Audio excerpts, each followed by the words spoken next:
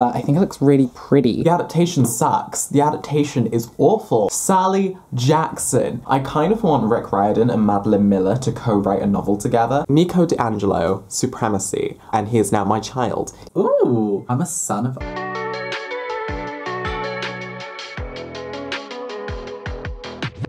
Hey besties, it's Joel, and today I'm coming at you with another series reading vlog where I'm going to be one of the most read, well-loved, highly respected series of all time, and that is Percy Jackson and the Olympians by Rick Riordan. I'm so excited to finally be reading this, but first of all, happy Pride Month everyone. The bookish rainbow is here, and I'm just so excited to be celebrating Pride Month once again. It's just a time to celebrate our identities and celebrate us as queer people, and if you are also celebrating Pride Month this month, you are loved, you are valid, and you are always welcome on this channel, so my love goes out to you, and again, a massive happy Pride Month. But getting back to Percy Jackson, I first had read part of The Lightning Thief back in primary or secondary school, but I then just didn't finish it, and so I'm really excited to finally be getting back into this series. I have dressed for the occasion.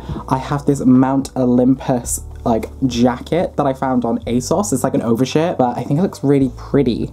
And so I really think the overshirt goes with the vibe that I'm going for here, but Percy Jackson and the Olympians, I got this box set a few months ago and it's just super stunning, although I know they do a hardcover version of it and I kind of want that instead, but that'll be a purchase for another time. But the box set came with this conjoining art of the books together, and I just love it. I love it so much. And the artwork by John Rocco is simply gorgeous. And so we have The Lightning Thief, The Sea of Monsters, The Titan's Curse, The Battle of the Labyrinth, and then finally we have The Last Olympian. And I think my favorite one is probably The Battle of the Labyrinth, purely because I just love labyrinths and mazes. I have a weird fascination with them, and so I think it's just really pretty and I love it. And I think the conjoining art as well just ties it together really nicely, and so I'm very, very excited to finally be getting into these. My friends May and Ahis have been rambling on to me to read this series. A lot of you have requested and have also anticipated this video, and so I think it's going to really deliver, hopefully. And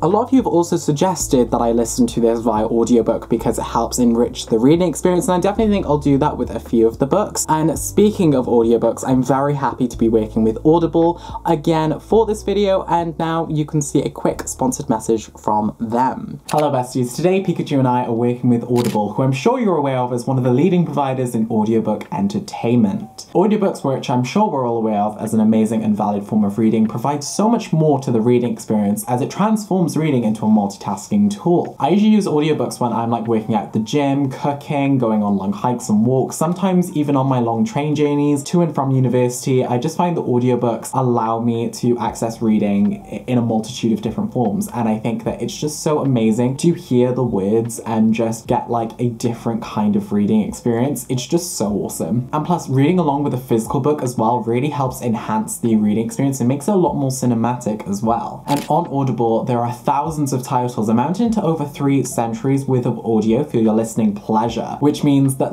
you'll never run out of an audiobook to read, which is a very, very encouraging and also slightly worrying thing, because that means my TBR is going to be even more massive now. Yeah, oh. And with an Audible membership, you can download titles for your listening pleasure and listen to them offline anytime and anywhere. And each month with an Audible membership, you'll receive a credit which you can use to redeem for any of their titles in their premium selection. Plus, it is yours to keep forever in your libraries. And during this video, I decided to read The Last Olympian, which is the last book in the Percy Jackson the Olympian series, because it really added a lot to the cinematic reading experience and gave a really satisfying conclusion to the series as a whole. So I definitely recommend that. But if you're looking for another recommendation, I would recommend The 7 Husbands of Evelyn Hugo by Taylor Jenkins Reid. I read this last September as a late night book club pick, and it was the very first one actually, and the audiobook is stunning. It is amazing. I would highly recommend you listen to the audiobook, maybe read it alongside the physical for that kind of cinematic reading experience as well. And so if you're wanting to try an Audible membership, new members can try out a 30-day free trial by going to audible.com/fictionalfates or texting fictionalfates to 500 500.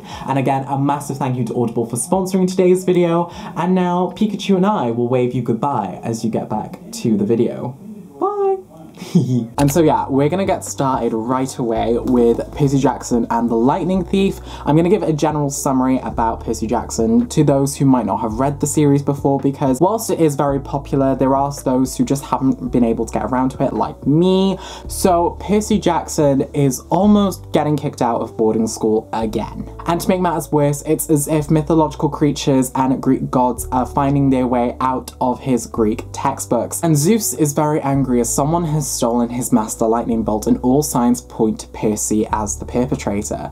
And now he and his friends have 10 days to find the true culprit, otherwise they will suffer the wrath of Zeus. And so Percy must find the father that abandoned him, and also navigate the prophecies delivered by an oracle, one that tells of a friend that will betray him, and a treachery that is more powerful than the gods themselves. And so I'm really excited because Percy Jackson, son of Poseidon, plus I think this series might also try and convert me to want to be a demigod myself. I know there's a test to see like what demigod I am, so I might do that test at some point, we'll see.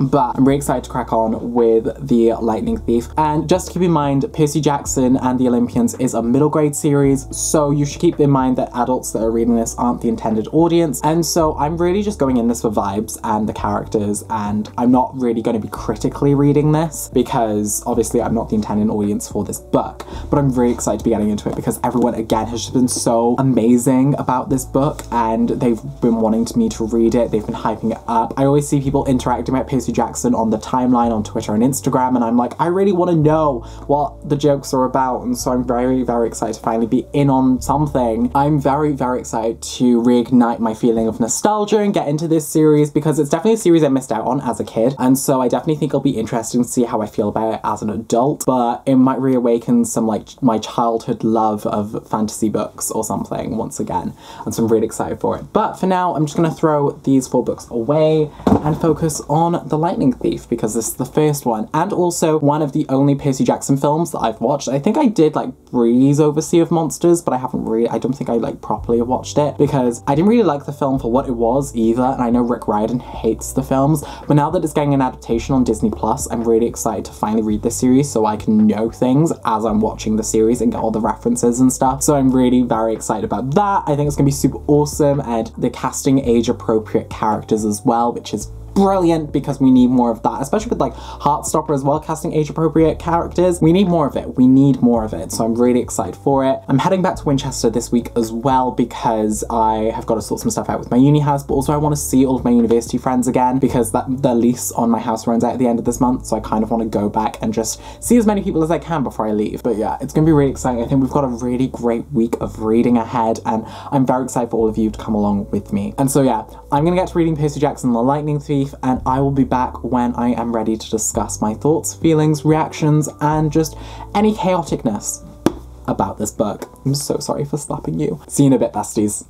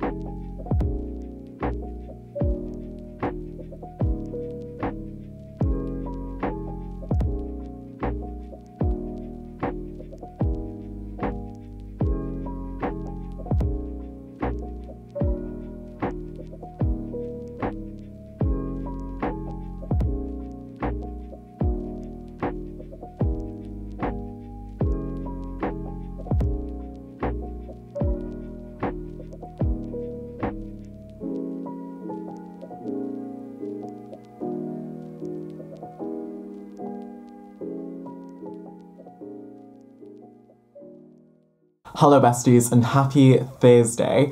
I thought I was going to finish The Lightning Thief on the train yesterday, but I got a bit distracted by my music playlist, so I didn't. But I managed to finish it this morning, and My initial reaction was joy. I was so happy and so overwhelmed, but it quickly turned to anger when I just thought about the movie and why the hell in the anus of Hades did they think that they could create an adaptation worthy of this book? Like, the adaptation sucks. The adaptation is awful, and like the way that this novel just opened my mind to basically how the adaptation could have been, and why I'm now really more excited for the Disney Plus adaptation to be made, because I think it's going to be so much more accurate and so much closer to the actual depiction of this book. This book is just amazing. Also, to everyone who has read it, Sally Jackson, like the end. What an iconic woman. What a phenomenal woman. A phenomenal mother. Will sacrifice everything for her son, but also can rise to power when she needs to. And amazing. Love her. Stan her. Stan Sally Jackson for clear skin. Come on. Grover. Iconic person. Love him. Just selfless. Annabeth. Queen. Stunning. Percy. Oh, right. This is where I'm gonna get into it, right? So, Percy has ADHD. I have ADHD. Percy Jackson is a demigod. If everyone who has ADHD potentially could be a demigod, I mean, me and Carly Thorne. Like, hello? I totally think I could do it. I totally think I could be a demigod if I wanted to. I don't know which god I'd be the child of yet, although we are gonna take a quiz. This story was just amazing. I think it was written so well, and for a middle grade book as well, it had so much humor and wit and just amazingness in it. It just very much reminded me of my childhood nostalgia reading this book, and it's just so amazing to see that. I think this is still a really good book for kids today to read, and it just speaks so much like friendship and the power of friendship, and how betrayal lurks at every doorstep, and like infatuation with Greek mythology can be sparked from this, and it's just so amazing, and it's really good. Really love it. Plus, I love how the gods are kind of like modernized in an American way, like with Ares and the biker guy. It just fits. It fits, and it's really great, and I love it, and I think that Rick Riordan just does so well. Plus, he's like one of a few writers that I can read that can depict children really well, and it's strange because like a lot of the times when I read like young adult and middle grade, children are just slightly off to me. These children felt so authentic, and I don't know what it is. But Rick Riordan can just write kids so well, and it's amazing, and it's just such a good book, and now I want to be a demigod. I'm gonna guess that I'm gonna be the son of Apollo, but we'll see when I take the quiz. I'm just so excited to continue on with the series, as we're now gonna be getting into the Sea of Monsters. I think this is just gonna be so amazing. I don't really remember much from the film, and that's a good thing, because then I won't really need to like be angrier than I already am at the adaptation. The first thing I messaged Jahis when I finished was like, I'm so angry at this adaptation. Like, I want to burn it. I want to burn it to the stake. I might react to I could do a reaction video to the films. This is dangerous thinking. Do I really want to put myself through that again? Maybe. We'll see. It's a really nice day out in Winchester at the moment, so I think I'm gonna go out to the cathedral to read for a bit. So yeah, I'm gonna get to reading the Sea of Monsters, and I will check back in with you once I have finished, and we can discuss even further. See you in a bit.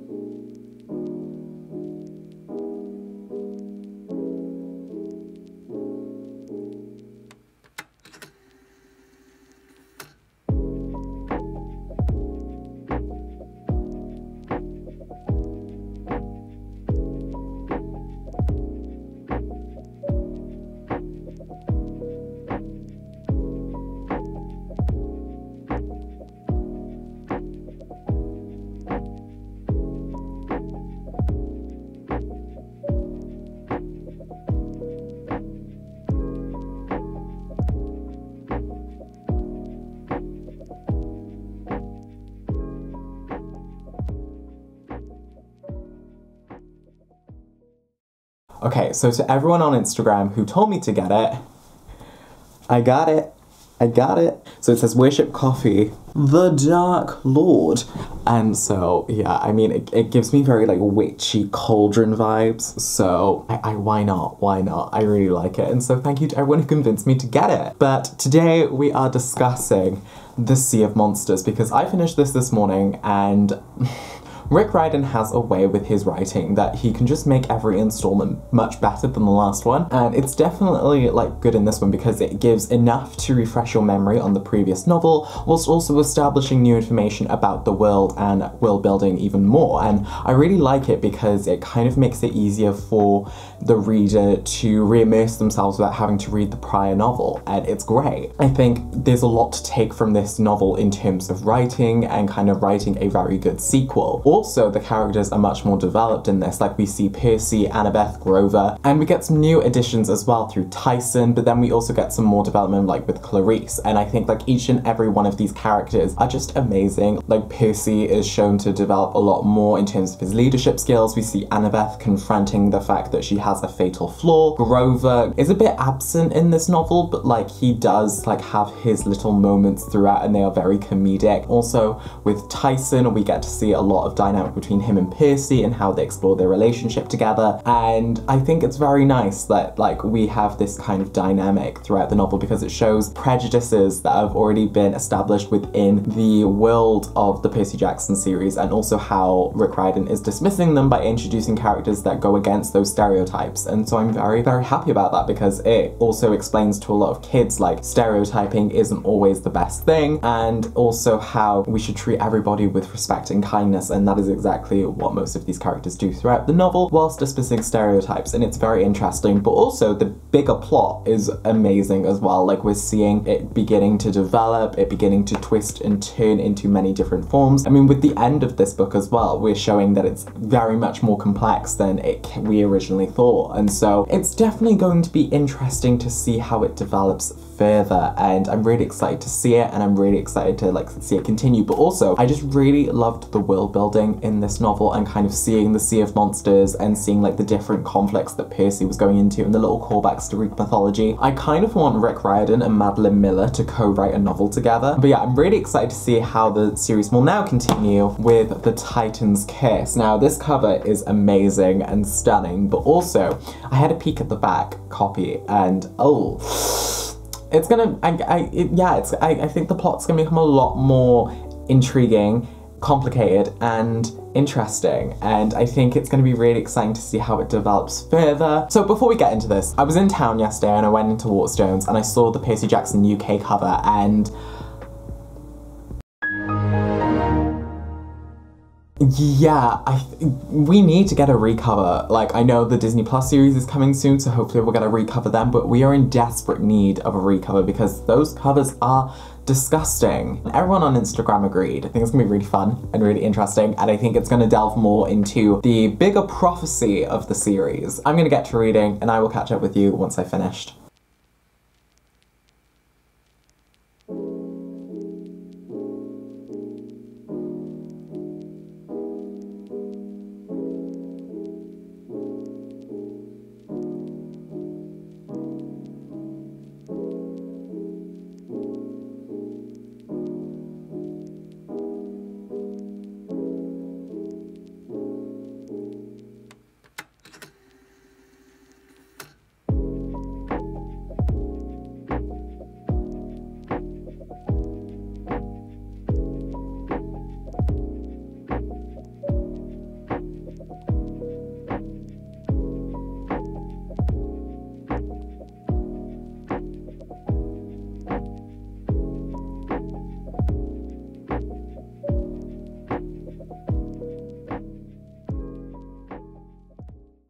Good morning, besties, and happy Sunday. So I managed to print out my dissertation yesterday because I was taking some dissertation, like, celebration photos for finishing my degree, and it's a thick boy. Like, this is 41 pages, including the cover. It shocks me because it's just so thick, and I can't believe I wrote that many words, but also I don't want to read it. I probably will read the short story because I really do like the short story, but the academic essay, no. We're just gonna throw that away. But also yesterday, I managed to finally pop into Waterstones and pick up a copy of The Other Black Girl by Zakia Delilah Harris. This is like Get Out meets The Devil Wears Prada, and if you're part of the Late Night Book Club, which is the monthly book club that I run, this is our book pick for the month of August, and so I'm really excited to be discussing it then. But for now, it just looks pretty. The cover is amazing, and it's signed as well, so when I saw that in Waterstones, I was like, I'm picking this up right away because if I don't get a signed copy, I will die. I finished The Titan's Curse last night, and Nico D'Angelo, Supremacy.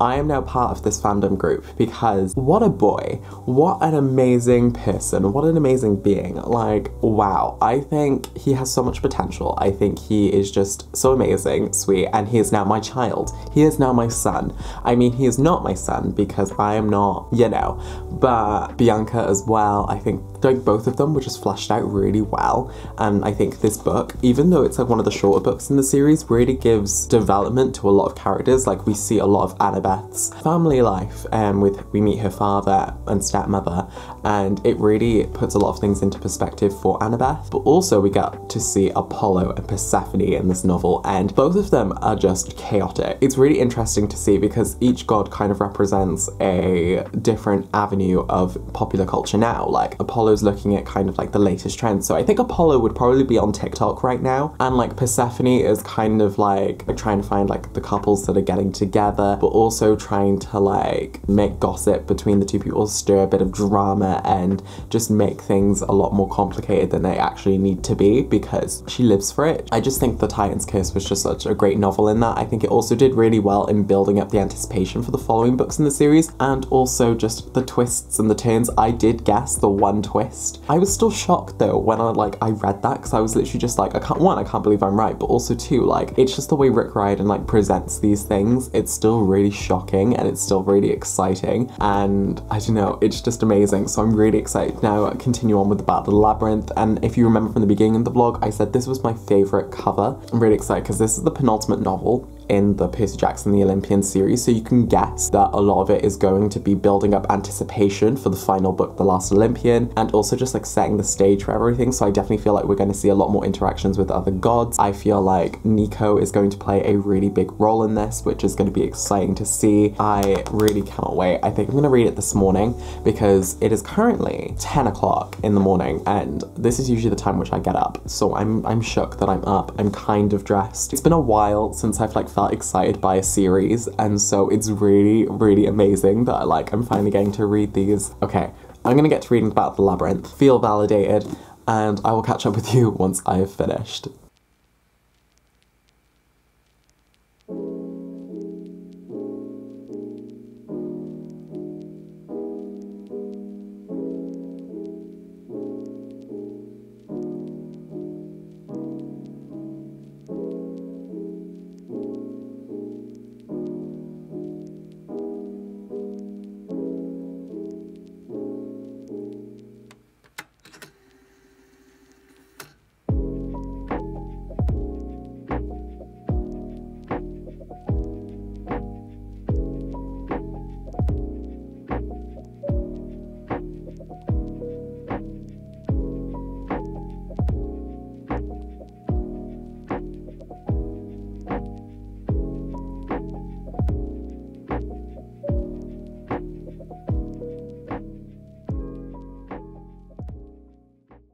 Hello besties, I went to Southampton earlier on today to go do some shopping. A random stranger bought me like a plain white t-shirt, and I mean, amazing. He was just like, oh, how much is that t-shirt? And I was like, oh, it's £12. And then he turned to the cashier and he was like, I'm gonna buy that for him.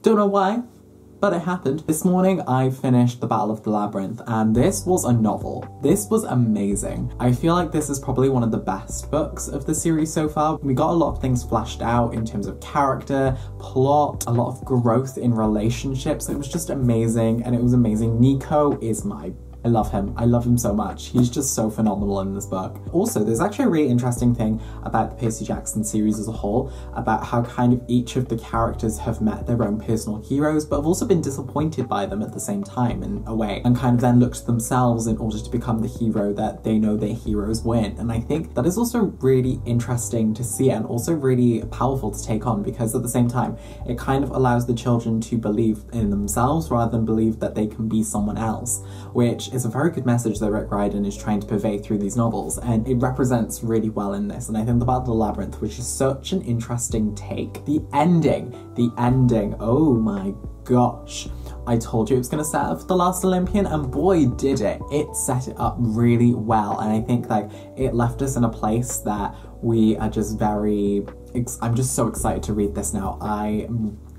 I'm very, very excited. The relationship between Percy and Annabeth is explored really well in this. I think like they're definitely in like a little bit of a murky state at the moment, but I feel like it's done really well and it's not forced whatsoever, because at the end of the day, these are like 15, 16, 17-year-old kids, and so they're not immature in any way. They're acting their age, and I think it's really well written. But before we get into The Last Olympian, I quickly want to take the demigod, which godparent are you descended from test, because I want to find out who my godly parent would be. So which of these is your favorite color? I'm gonna go for green, because green is becoming more of my favorite color lately. Which of the following places do you prefer? I'm gonna say forest. I do like a forest a lot of the time. Which of these foods is your go-to? Ooh.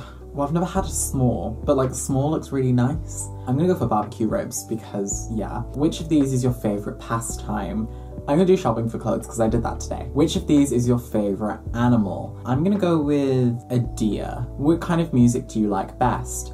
The Grateful Dead. I'm gonna go with pop, because why not? Which of these apps are you most likely to use? Zombie Run, City Planner, Hurricane Tracker, Love Match, Voice Recorder, or Wildlife Calls? I guess I'd probably go more for Voice Recorder, I guess, because I don't really need to use Love Match, because yeah. City Planner, not really. Wildlife Calls, no. Hurricane Tracker, not really. Zombie Run, no. I guess Voice Recorder, I guess. What is my fatal flaw? I can be moody, I can be arrogant, I can be vain, I can be too proud, I can be selfish, I tend to distrust people. I can be all of these things sometimes. I guess I can be moody, probably. What is my best quality? I'm an independent worker, I'm creative, I'm a strategic thinker, I'm good at networking, I'm a steadfast friend, I'm a natural leader. I think my best quality is probably the fact that I'm creative. I got Artemis! Ooh! I'm a son of Artemis. That's interesting. I wanted Apollo, and I got Apollo's sister. I guess I have Artemis as my godly parent, but also I personally think my godly parent would probably be Apollo.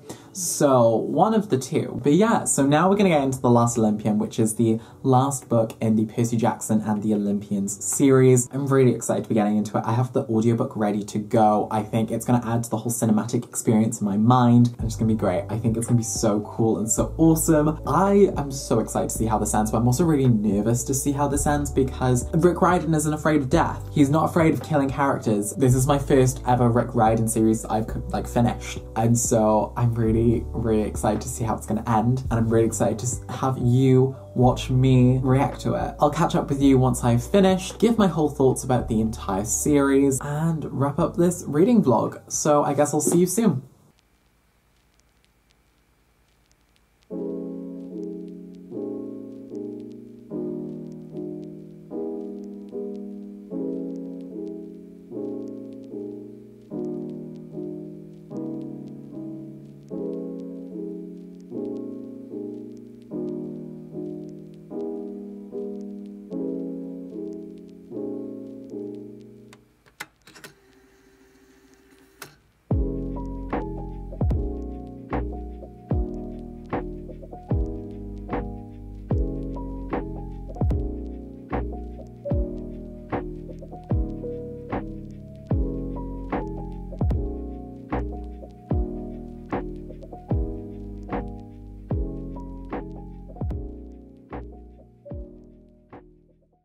Hello besties, I finished it and wow, this is so phenomenal, amazing. It wraps up the series really nicely, but also Rick Riordan is able to set up the Heroes of Olympus series so well with the new prophecy that is proclaimed, and I can't wait. I think this series is going to literally knock my socks off. I don't know whether it's going to be the next series that I read, because I know the next series, like chronologically, that was published is the Kane Chronicles, so I don't know whether I will like take a break from like the Percy Jackson Greek-esque-ness and go for the Kane Flame Chronicles or whether I'll go straight to House of Olympus. I'm not exactly sure yet. Maybe you can let me know in the comment section down below. I think this novel basically summarizes the ultimate journey that all of the characters went on through the first 4 novels. Like, we see Percy grow from someone who is unsure of himself to a natural born leader. We see Annabeth become more strengthened and dignified in her wisdom, and to know when not to be so prideful about herself, because pride is, again, her fatal flaw. We see Grover grow to someone who becomes a lot more confident and sure in his own abilities and become brave and powerful. I love this series. I think it's just such a really good series for kids. I think it's such a good series for adults. I'm very glad that I read this now as opposed to when I was a kid, because now I can just marathon a lot of the series without having to wait for them to be published. So I'm excited. Rick Riordan just writes really well, and also he's able to convey messages so well in his writing, whilst also writing at a level that is easily accessible for everyone, and so I really like that. As well, the way that he can write prophecies, I am jealous. I want to write prophecies now. Like, I am thinking of writing prophecies and stuff, and it's cool, and it's amazing. Nico, oh my god, Nico D'Angelo.